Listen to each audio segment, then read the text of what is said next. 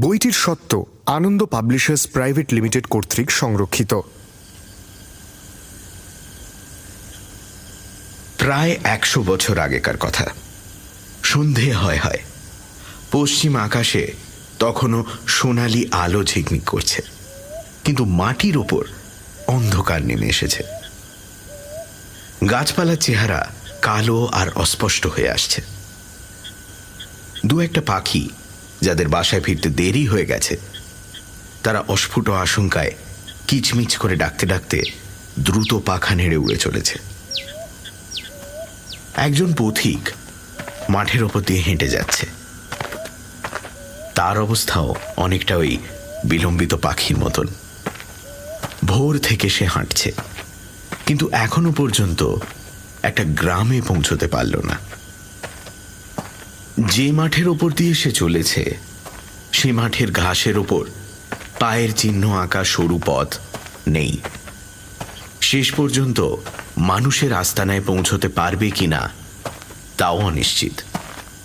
তবু সে আশায় ভর করে চলেছে, যদি রাত্রির গাঢ় অন্ধকার নেমে আসবার আগে কোনো একটি পল্লীতে গিয়ে উঠতে পারে। সানডে সাসপেন্স ক্লাসিক্সে আজ শুনবেন শরদিন্দু বন্দ্যোপাধ্যায়ের লেখা যাত্রী। গল্পটি আমরা নিয়েছি আনন্দ পাবলিশার্স থেকে প্রকাশিত শরদিন্দু অমনিবাস কিশোর রচনা সমগ্র ৪র্থ খণ্ড থেকে। শুরু হচ্ছে যাত্রী। পথিকের বেশভূষা অত্যন্ত সাধারণ। সে চাকরি খুঁজতে বেরিয়েছে। তার বাড়ি পশ্চিম বাংলায়, কিন্তু ১১ দিন হেঁটে হেঁটে সে যে কোথায় এসে হাজির হয়েছে তা সে নিজেই জানে না। কাল একটি ছোট্ট গ্রামে রাত্রি কাটিয়ে ভোর হতে না হতেই সে বেরিয়েছিল, কিন্তু সমস্ত দিন চলেও কোথাও একটি গ্রাম পায়নি। দুপুরে এক অশ্বত্থ গাছের তলায় বসে নিজের পুটুলিতে যেটুকু শুকনো চিঁড়ে বাঁধা ছিল তাই খেয়েছিল। তারপর লাঠির ডগায় পুঁটলি বেঁধে লাঠি কাঁধে নিয়ে আবার যাত্রা করেছে, কিন্তু পথ তার এখনো শেষ হয়নি। সামনের দিকে তাকিয়ে চলতে চলতে পথিক একসময় ডান দিকে ঘাড় বেঁকিয়ে দেখল, খানিক দূরে কতগুলো গাছপালার আড়ালে একটা জায়গা চকচক করছে। পথিক দাঁড়িয়ে পড়ল। সন্ধ্যার আবছায়ায় তার মনে হলো যেন একটা মস্ত দিঘি। তেষ্টায় তার বুক পর্যন্ত শুকিয়ে গিয়েছিল। সে আর দ্বিধা না করে পা চালিয়ে সেই দিকে চলল। মনে মনে বলল, দিঘি যদি হয় তাহলে নিশ্চয়ই কাছে গ্রাম আছে। যাক, ঠিক সময়ই আশ্রয় পেয়েছি। আরো একটু দূরে এগিয়ে গিয়ে সে দেখল, হ্যাঁ, দিঘি বটে, প্রকাণ্ড দিঘি। এপার থেকে ওপারের বাঁধানো ঘাট ভালো দেখা যায় না। দিঘির কিনারায় বসে পথিক অঞ্জলি ভরে জল খেল। চোখে মুখে জল দিয়ে অনেকটা ঠান্ডা হয়ে সে উঠে দাঁড়ালো। দিনের আলো তখন আরো ক্ষীণ হয়ে এসেছে। দিঘির ওপার পর্যন্ত ভালো নজর চলে না। তবু তার মনে হলো, দিঘির ঘাটের উপর একটা সাদা কাপড় পরা মেয়ে কলসি করে জল নিয়ে উঠে চলে গেল। পথিক তখন নিশ্চিন্ত হল যে কাছে নিশ্চয়ই গ্রাম আছে। সে তাড়াতাড়ি লাঠি কাঁধে ফেলে যেদিকে ওই মেয়েটি গোধূলির আধারে মিশিয়ে গেছিল সেই দিকে চলতে আরম্ভ করল। দিঘির অপর পারে পৌঁছে সে দেখল সামনেই এক সারি বাবলা গাছ, আর তার ফাঁক দিয়ে এক মস্ত গ্রামের অনেক চালাঘর দেখা যাচ্ছে। পথিকের তখন ক্ষুধায় ক্লান্তিতে দেহ অবসন্ন। সে ভালো করে সব দিক লক্ষ্য না করেই সেই দিকে ছুটে চলল। যদি ভালো করে লক্ষ্য করত তাহলে দেখতে পেত যে মেটে বাড়িগুলির দেয়াল অনেক জায়গায় ধসে গেছে। ওপরে খড়ের চাল রোদ বৃষ্টিতে খসে পড়েছে, যেন কতকাল এসব বাড়িতে কেউ বাস করেনি। সমস্ত গ্রামটা শূন্য, খাঁ খাঁ করছে। সন্ধে উত্তীর্ণ হয়ে যায়, তবু একটা বাড়িতেও প্রদীপ জ্বলছে না। এসব কিছুই সে লক্ষ্য করল না। গ্রামের সদর রাস্তা দিয়ে ঢুকেই সে দেখল সামনে একটা বড় খোড়ো বাড়ি। সে গিয়ে দরজায় ধাক্কা দিল।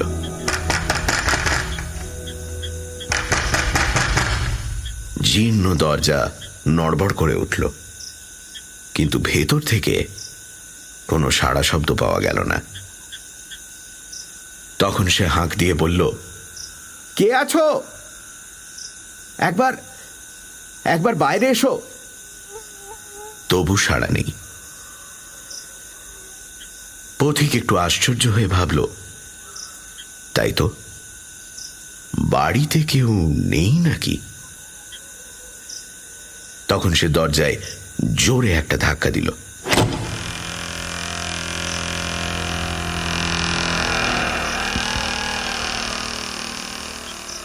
দরজা খুলে গেল, কিন্তু তবু কোনো মানুষের পায়ের শব্দ কি গলার আওয়াজ পাওয়া গেল না। পথিক একটু ইতস্তত করে মাটিতে লাঠি ঠুকে গলা খাঁকারি দিয়ে আস্তে আস্তে ভেতরে ঢুকল। ভেতরে ঢুকেই সে একেবারে অবাক হয়ে গেল। এ কি, বাড়ির উঠোনে হাঁটু পর্যন্ত কাঁটা গাছ আর আগাছার জঙ্গল। ওদিকের ঘরগুলো সব অন্ধকার। পথিকের গা ছমছম করে উঠল। এ বাড়িতে কি কেউ থাকে না? পোড়ো বাড়ি? সে সাহসে ভর করে আর একবার ডাক দিল, বাড়িতে কেউ আছেন? এবার তার প্রশ্নের জবাব এলো। ওদিকের অন্ধকার ঘরের ভেতর থেকে কে যেন মেয়েলি গলায় বলল, কে গা তুমি? পথিকের এবার সাহস হলো। যাক, তাহলে বাড়িতে লোক আছে। সে বিনীতভাবে বলল, মা, আমি যাত্রী, অনেক দূর থেকে আসছি। আজ রাত্রির জন্য আমাকে থাকতে দিতে পারবে? ওদিক থেকে জবাব এলো, পারবো, তুমি বসো। কোথায় বসবে? চারিদিকে জঙ্গল। পথিক এদিক ওদিক তাকাচ্ছে। এমন সময় হঠাৎ দেখল তার ঠিক সামনে একটি স্ত্রী মূর্তি দাঁড়িয়ে আছে। এমন আচমকা স্ত্রীলোকটি এসে উপস্থিত হল যে পথিকের মনে হলো যেন ভোজবাজি। স্ত্রীলোকটির মুখ সে দেখতে পেল না, কারণ মুখ ঘোমটায় ঢাকা ছিল। সে তাড়াতাড়ি বলল, মা, তোমাদের পুরুষেরা কোথায়? তাদের তো কাউকে দেখছি না।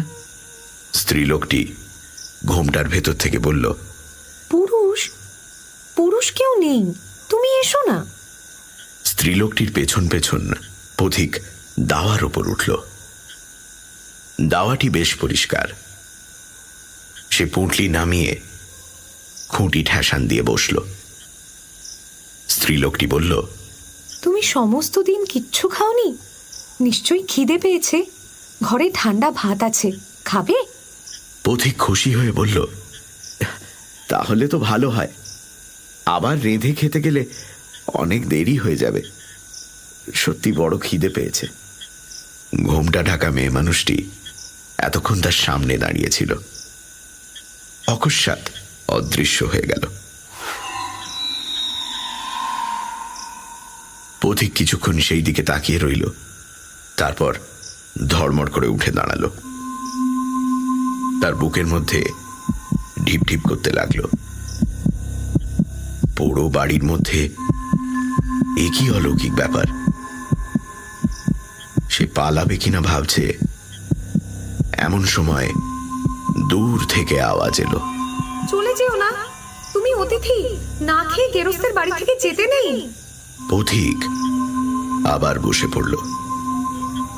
তার পা দুটো এমন কাঁপছিল যে সে আর দাঁড়িয়ে থাকতে পারল না। কিছুক্ষণ পরে ভাতের থালা হাতে করে স্ত্রীলোকটি তেমনি আশ্চর্যভাবে তার সামনে আবির্ভূত হল। থালাখানা তার সামনে নামিয়ে রেখে বলল, নাও খাও। তারপর দেয়াল ঘেঁষে বসল। অন্ধকারে থালায় কি আছে পথিক কিছুই দেখতে পাচ্ছিল না। কম্পিত স্বরে বলল, একটা বাতি নেই। জবাব এলো, বাড়িতে তেল নেই। ভয়ে পথিকের গলা বুজে এসেছিল। তবু সে থালায় যা ছিল তাই তুলে মুখে দিতে লাগলো। কিন্তু কি যে খাচ্ছে তা বুঝতে পারল না। কিছুক্ষণ সব নিস্তব্ধ।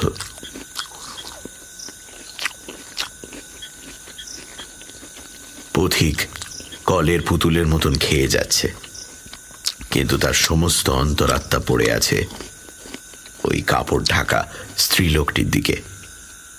তাকে ভালো করে দেখতে পাচ্ছে না। মাঝে মাঝে সন্দেহ হচ্ছে হয়তোবা আবার অদৃশ্য হয়ে গেছে।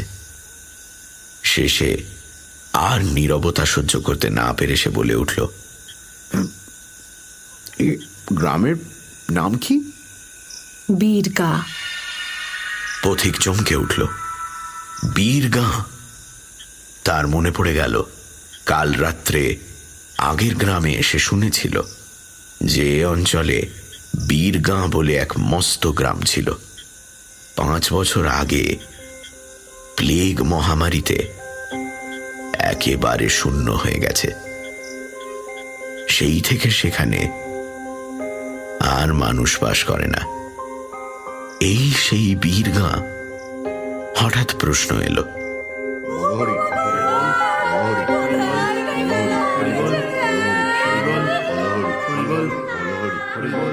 আর কিছু চাই? না না বলে পথিক উঠবার উপক্রম করল। অন্ধকার থেকে আবার আওয়াজ এলো, উঠো না, তোমার এখনো পেট ভরেনি। শুধু নুন দিয়ে পান্তা ভাত কি খাওয়া যায়? তোমাকে একটা লেবু এনে দিই, কেমন? গাছেই আছে। পথিক কোনো জবাব দিতে পারল না।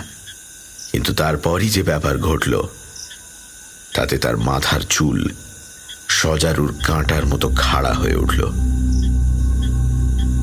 আবছা অন্ধকারে সে দেখল একটা হাত লম্বা হয়ে ঠিক তার কাঁধের পাশ দিয়ে বেরিয়ে গেল। উঠোনের এক কোণে প্রায় 20 হাত দূরে একটা পাতি লেবুর গাছ ছিল। সেই গাছ থেকে লেবু পেড়ে হাতখানা আবার ফিরে এলো।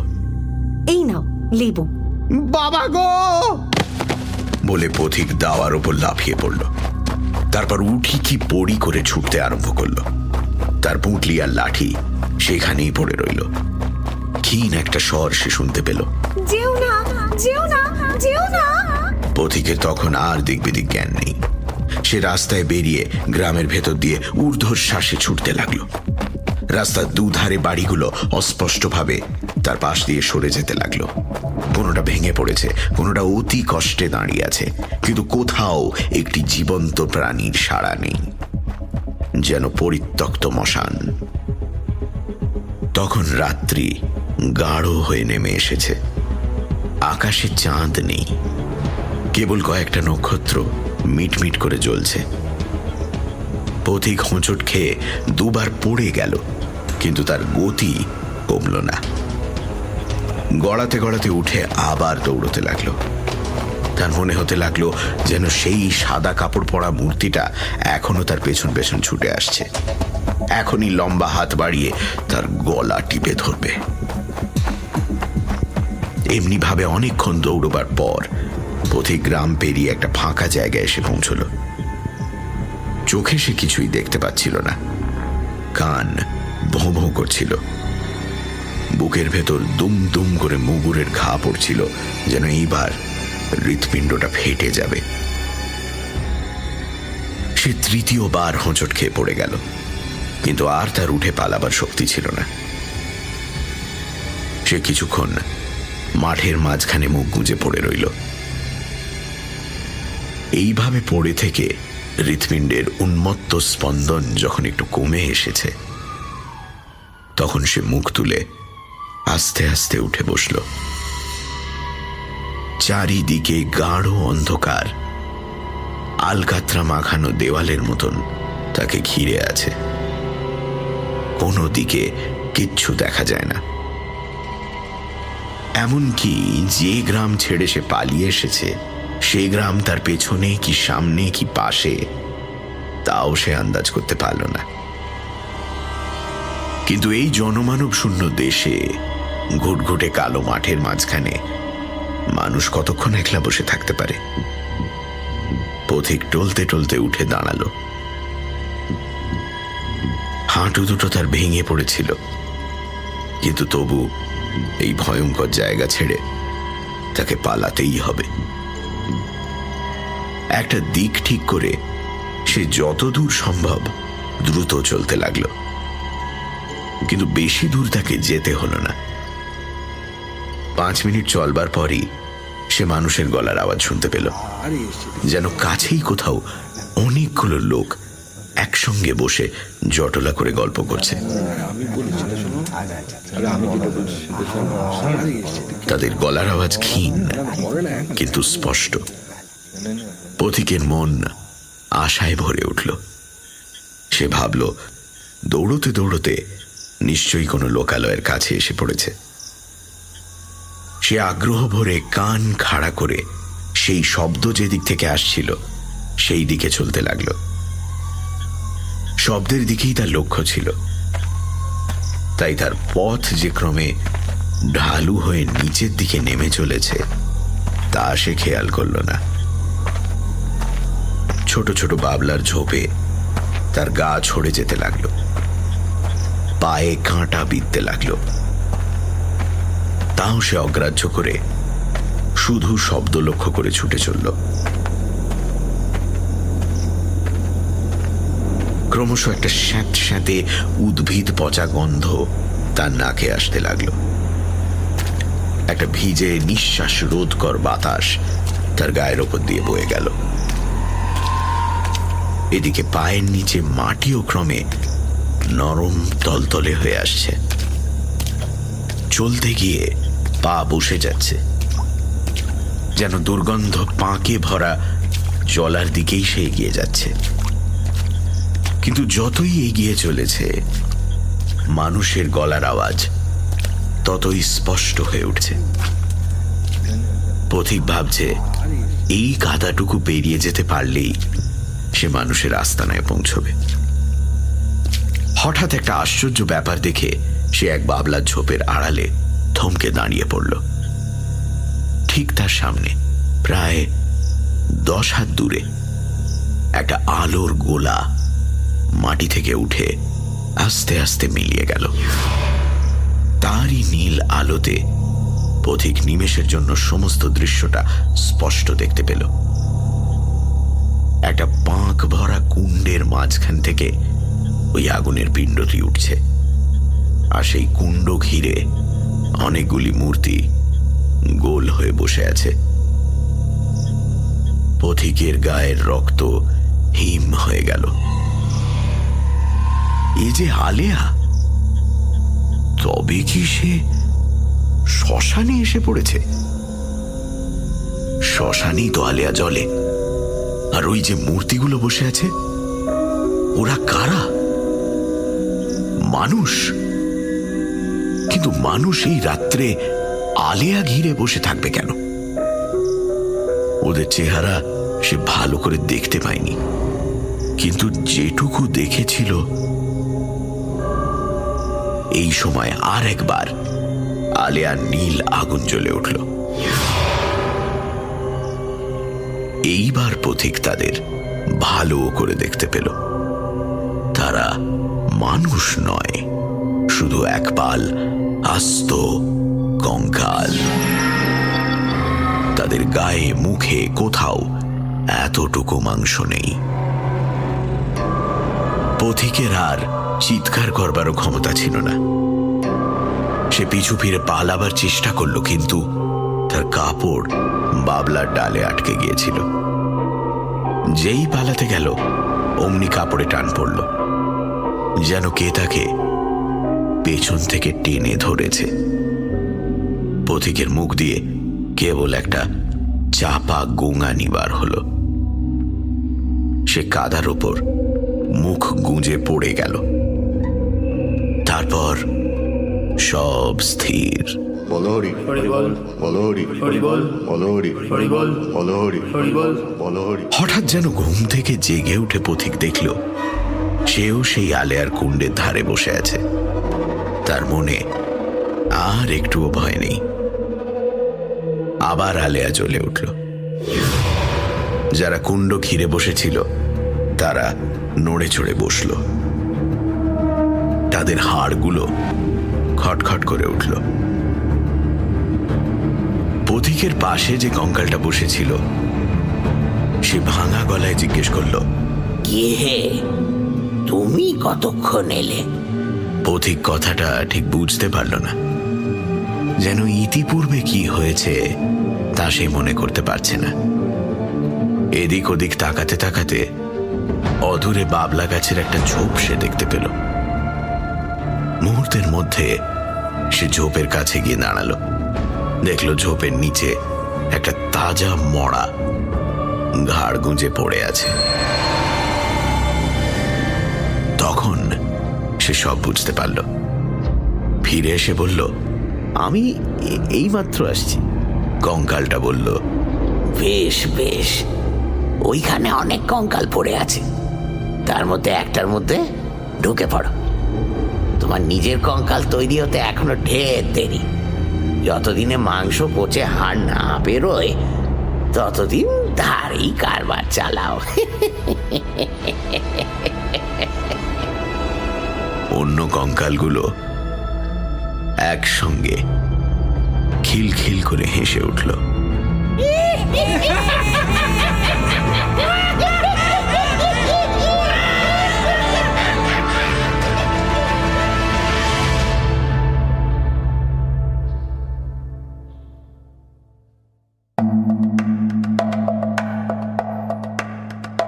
সানডে সাসপেন্স ক্লাসিক্সে শুনছিলেন যাত্রী। রচনা শরদিন্দু বন্দ্যোপাধ্যায়। শরদিন্দু বন্দ্যোপাধ্যায় জন্ম 1899 সালে 30শে মার্চ, মৃত্যু 1970 সালে। বাংলা সাহিত্যে শরদিন্দু বন্দ্যোপাধ্যায় একটি বিশিষ্ট নাম। ব্যোমকেশ বক্সী স্রষ্টা তো বটেই, এছাড়া লিখে গেছেন অজস্র ছোট গল্প, দুর্দান্ত কয়েকটি ঐতিহাসিক উপন্যাস, কিশোরদের জন্য গল্প এবং চিত্রনাট্য।